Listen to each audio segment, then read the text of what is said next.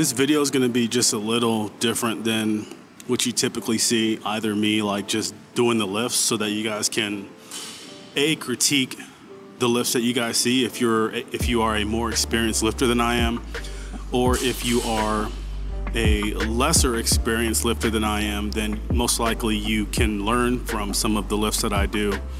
But in this case, in this instance, what I'm going to be doing is essentially talking myself through the thing I want to focus on for snatches today. The thing I notice for snatches for me, when the weight really gets heavy, when I start approaching my 95, 96%, 97%, the thing I notice is I'm not finishing my pulls, I'm clipping them slightly, which I'm not completely 100% against necessarily, because if I was just barely clipping the top part of the second pull and essentially prematurely going into the third pull, but I was catching it with a fair amount of stability and standing and finishing the lift, I don't necessarily think I would have too big of an issue with the fact that I clipped the second pull. I think what the main issue is how my body weight moves through time and space throughout the transition from the second to the third pull. And I'm gonna give you guys an example. There's two different types of transition from second to third pulls, at least from what I can tell. You can essentially finish the pull and you leave the ground. In other words, you jump. You're almost like jumping up. So your body weight has no pressure against the balls of your feet going into the ground. I'll try and give you guys an example of what that looks like. But I think most of you, if you've lifted for more than a year, you kind of could follow along with what I'm trying to say. Now, the second type of transition from the second to the third pull would be ideal. At least for me, that's just like from my perspective. It would be more ideal. And the second type of pull is maintaining connection with the ground by way of the balls of the feet, and then using that as leverage to pull the bar up, or you start to pull yourself down, or a combination of the two, right? Which I think it would probably be the latter. It would probably be a combination of the two.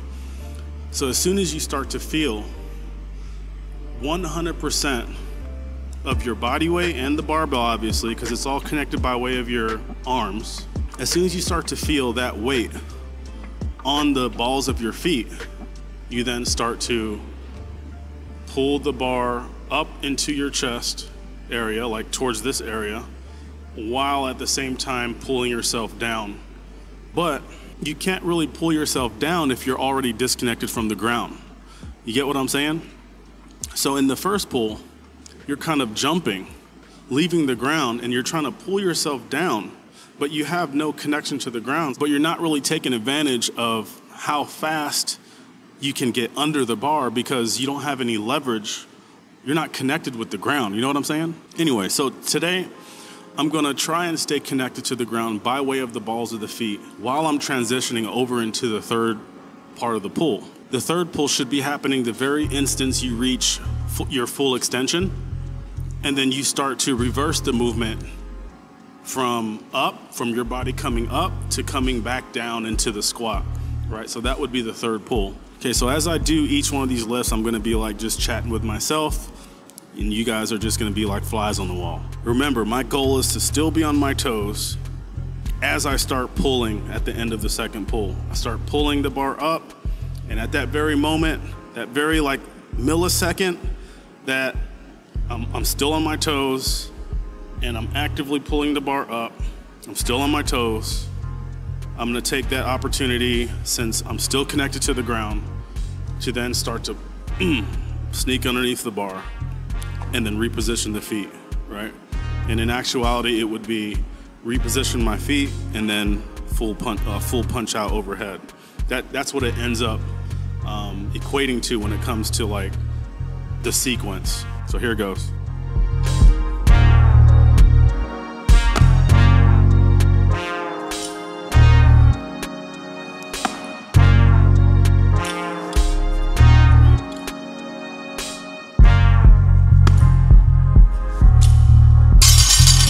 I think that last one was the best, because you saw I made the final adjustment right before the pull, where I stuck my chest out. I really tried to lead out with the chest. And obviously I'm doing hangs, kind of high hang, not a traditional kind of like hang from the knees, but just below the high hang position. And that felt pretty good. That last one especially felt really great. Okay, so let's try and work through the weights and see if we could continue down that path. And we'll see where I get disconnected from doing it. Like the very instance I get to a certain weight to where I'm not balls of the feet, pull, turnover, then that's where I'll kind of like, I might back off. I might like take 10 pounds off, do doubles or something like that. We'll see. Just play it by ear.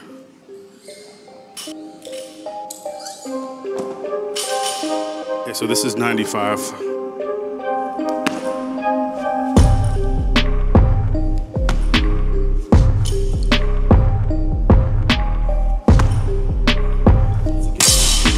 Once again, that last one was the best one. I don't know what it is. Why can't my first one feel like number 3 every time? I guess we'll just continue through and see if we can achieve that. See if we can achieve that third feeling on all 3. Okay, so this is 125. Let's see how this goes.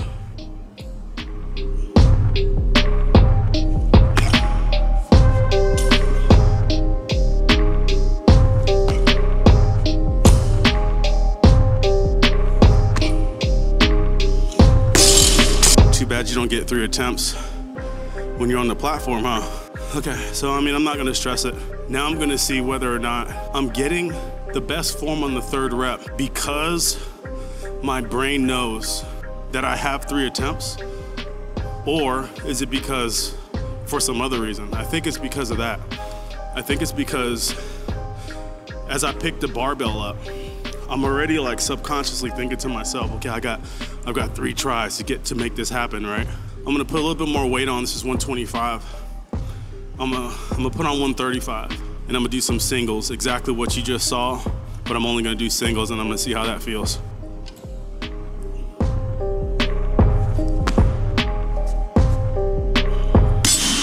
Didn't feel that good.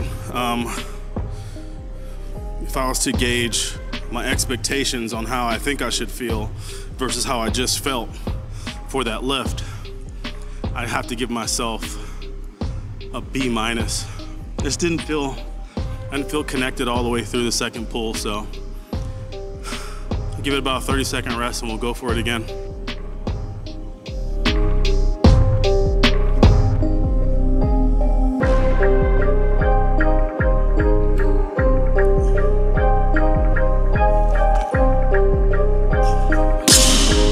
Felt better timed. So what did I do different? I rolled the shoulders forward. I kept my shoulders over the bar. But what I didn't do was keep a tall chest. I didn't keep an open chest. So we'll try that on this last one. Open chest, shoulders over bar, chest nice and tall, chest nice and open.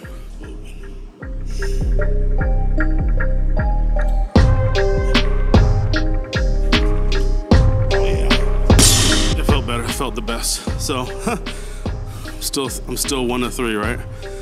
Whatever.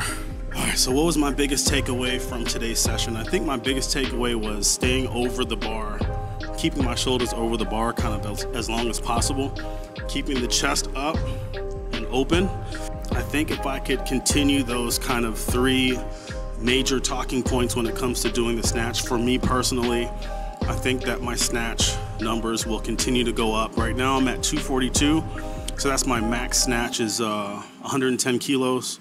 There is an Olympic weightlifting meet here shortly. I think it's at the beginning of next month. It's February now, and I think there's one coming up in March. My goal for the one coming up in March is 120 kilos, which is 262 pounds. So keep following the channel, and hopefully I can post to you guys here on YouTube a 262-pound snatch. Also as well, let me know what you guys feel about videos like these where I'm kind of just talking myself through the lifts. I don't have a dedicated coach for Olympic weightlifting, and so I rely on mostly myself. and just watching YouTube videos, probably just like yourself. So if watching content like this interests you, don't hesitate to hit the like button, subscribe to my channel, man. I'd love to see you guys again here in my next video. And so I just like to express my appreciation to you guys, man. I'm just looking at it from the outside looking in, because like I don't really subscribe to a whole lot of people's channels. You feel what I'm saying? Like I only really subscribe to channels who I feel the creators are authentic. They really mean to help. They don't have a whole lot of like, you know, sponsors cutting into their videos and stuff like that. This is my second channel, by the way. If you are interested in filmmaking, mostly behind the scenes type stuff, STG film, wherever it pops up at, STG Filmmakers, that's my main channel. I have like 3,000 subscribers over there on that side. I opened this channel up because I've always been into fitness. I've always been into weightlifting, but like I said, I just decided to start another channel that just focuses on that side of what I do. Like I said, I don't subscribe to a lot of people's channels, and when I do, it's kind of like serious for me. I'm like, hit the subscribe button because I want to see more of their content. There's not a whole lot of people who I would want to see more of their content of, because like I said, you see like right in the middle of their videos, you'll see like channel sponsored by this knee sleeve company, and these are why these knee sleeves are the best, and these straps are the best, or these supplements are the best, or whatever. It's just like, bro, I didn't join your channel, or I didn't subscribe to your channel to see yet more commercials. And so from me to you, you will never see sponsored ads in the middle of this channel or anything like that, man. So this is just me, raw, like I said. But yeah, man, today is I'm gonna finish the snatch session, and I'm gonna work through the weights. I'm gonna continue what I was doing for the open side of the video, which is stay on the toes, actively pull up, come down into a half squat. I'm not doing full snatches today. I'm only doing power. I'm trying to baby myself through a small lower back injury for the time being. So yeah, power snatches, but I do want to get like really low power snatches. I want to get to at least like just above parallel. Not a whole lot of talking from here on out. I'm just gonna let some music ride, and you guys can check out the rest of these lifts, man. But I upload every week. I do have a 6-week strength program that I'm sharing with you guys. I'm still putting together the clips from that. So hopefully I should be able to launch that 6-week. Guys, it's free. I'm not trying to charge you guys for programming or anything like that. But anyways, man, enjoy the rest of the video.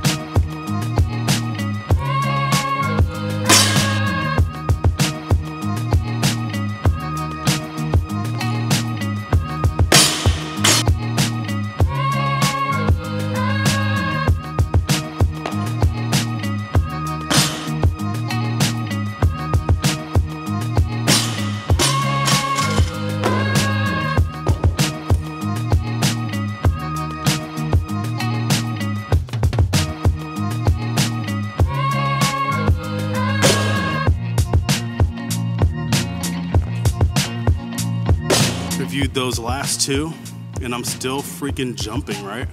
Like I'll go back and try and I didn't record it in slow-mo, but I'll try and go frame by frame, and I'll just show you guys, man, I'm jumping, right? I'm jumping up and then landing down. Like this is not what I'm trying to do. I'm trying to push through the balls of my feet, just do a repositioning of my feet by jumping down. I'm not trying to jump up, I'm trying to jump down into the squat. So let's see if I can clean that up a little bit, man. God.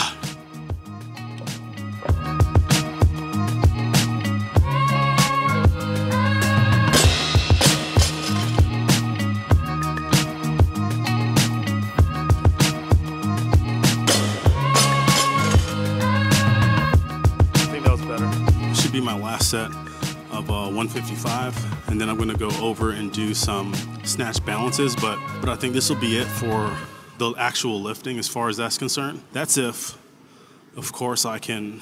I always like to end on a good note, man, so I really wanna make sure I nail this. If you guys are watching this and are completely unaware as to what I'm trying to accomplish, once again, I'm trying to be on the balls of my toes while pulling up on the barbell. It's very hard to do. Like, you have to be like really patient in order to come up to full extension. Be on the balls of your toes or on your feet. Be on the balls of your feet. In other words, your heels are off the ground. You don't have to necessarily be like on your freaking tippy toes, freaking ballerina style, but as long as the weight has shifted from mid-foot to front foot, or like your toe area of the foot, the second that happens, the second your weight shifts from mid-foot to front foot, you should be fully extending, or what I'm trying to do is fully extend, fully stand up, tall chest, and then begin the process of pulling the barbell up, which will initiate my downwards movement into the snatch. So it's a really technical part of the movement, man, and I'm just like, I have the hardest time with that part. And I can get away with doing decent weight. Like I said, I can do 110 kg snatch. And for some of you guys watching, that may not be shit, but for me, that's like an astronomical amount of weight.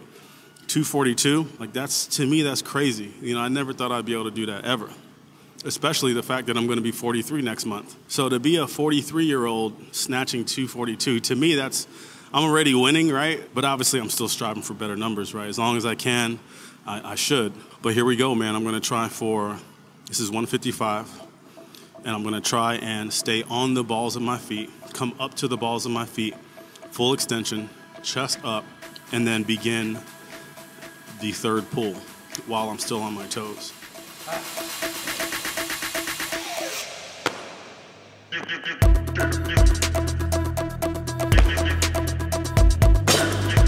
A little violent, a B plus, A minus, so I can walk away happy. Not ecstatic, but I'm happy. Okay, so without taking too much more of your time, this is where I kind of knock out most of my overhead squat work when it comes to like stability at the bottom part of the overhead squat, or also known as snatch recovery. So after I catch the snatch, I tend to have a lot of issues for heavy snatches, standing the weight up. And so the only way that you can get over the problem of standing heavy weights overhead is by getting comfortable with heavy weights overhead. It sounds logical, but you'd be surprised how many people don't like focus on overhead squats or don't focus on stability, particularly at the bottom. And the key thing to this is your back squat is probably strong, right? Your front squat's probably a little less strong, and then your overhead squat is the weakest. And the goal is to close that gap, right, between what your overhead squat is and what your back squat is, because you know for a fact that your legs and your back can handle. Like for me, I do 435 on the back squat, so I already know like these legs can handle 435. But the most that I've been able to overhead squat is 262. So you guys see the disparity between those two numbers, right? The only variable that changes between back squat and overhead squat is the fact that you're overhead, holding up weight by way of your shoulders, traps, upper back. Plus it puts your entire drivetrain in a different position. For back squat, you can more or less arch your back this way. For overhead squat, you're more or less head forward through the shoulders to support the shoulders. Two completely different positions, right? So the only way to strengthen this position here is to get very comfortable with being in the overhead squat. So that's the reason why I do snatch balances, because it knocks out two birds with one stone. It helps me get used to quickly supporting heavy weight overhead, right? Just like I would in a snatch catch. And also it's helping me strengthen those muscles and the flexibility and mobilization that's needed in the muscle recruitment to be able to recover from the snatch. So, yep, snatch balance.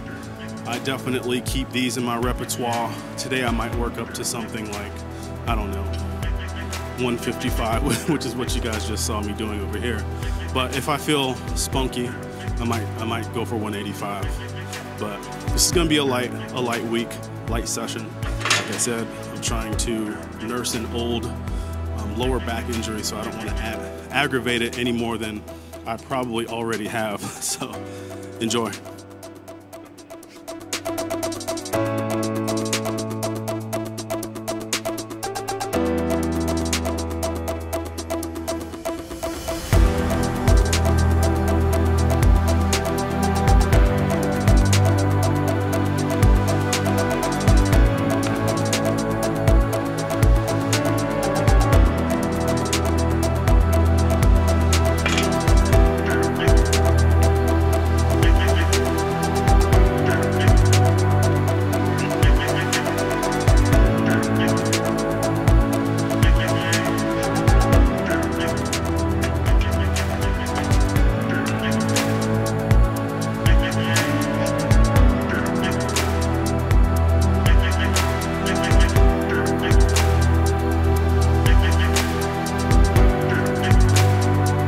So I'm already feeling that kind of painful feeling in my lower back. So this is definitely where I'm going to stop. This is 145, I think. Yeah, 145. And I mean, it's a good takeaway, you know? And let me put more into context exactly what I'm talking about, like the type of feeling I'm feeling on my lower back. It's not, oh shit, I just threw my back out and I'm like on the ground rolling around. Obviously, that's not what I'm talking about, right? What I'm talking about is a discomforting, pinchy feeling that goes on in your lower back just from your body trying to grow. Okay, so there's a difference between like full-on, full-fledged injury to where you're not able to like do any of the lifts because the pain is just so excruciating, right? And that's not where I'm at, because I'm pretty confident that I could throw on 255 right now, and I can do 255. Snatch balance. And I can probably do like doubles of that or something like that, okay? So I've done it before, okay? So that's not like uncharted territory for me when it comes to snatch balancing. I know for a fact I can do that today. But I just don't want to push my body that far, because I can already tell, like if I was to forecast, if I was to train really hard or train near 90, 95%, that this would aggravate and most likely turn into a full-fledged injury, which is, I'm trying to stay away from that. Being kind of like aware of what feelings your body's telling you. If it's just a small pinch, if it's a small discomfort like in your shoulder, then you probably need to do more band work to just strengthen the rotary cuff a little bit, because that's typically the point of failure is the rotary cuff when going overhead. The ability to like identify potential injuries later on down the road, if you were to continue on this heavy load path, is I think essential. It's critical, because I can easily, like I said, man, I can easily just keep lifting with how my back's feeling right now, but I already know that it's just gonna get worse if I don't kind of deload myself from heavy weights for at least two to 3 weeks, and then revisit my back, see how it feels with the most unbiased input that you can possibly do, right? And that's the hard part, is just being unbiased about how your body feels and knowing the difference between, okay, I should push, or knowing the difference between like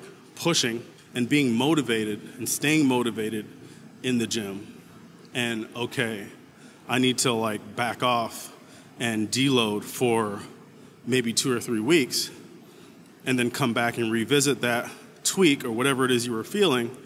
And then also knowing that because you took 2 or 3 weeks off or deloaded for 2 or 3 weeks, that doesn't necessarily mean you come back 2 to 3 weeks later lifting the exact same weights that you were lifting before you took the deload. You have to take another 2 to 3 weeks to then again get back into the groove of things. So, but the main reason why people stay injured is literally because they take for 2 weeks or 3 weeks, and then they come back and try to hit it just as hard as they were before they took the 2 weeks off. And so that's just not how the body works. When you take a month off, when you take 3 weeks off, you need that exact, if not more, amount of time to rehab to get back to where you were. Boom, that's it.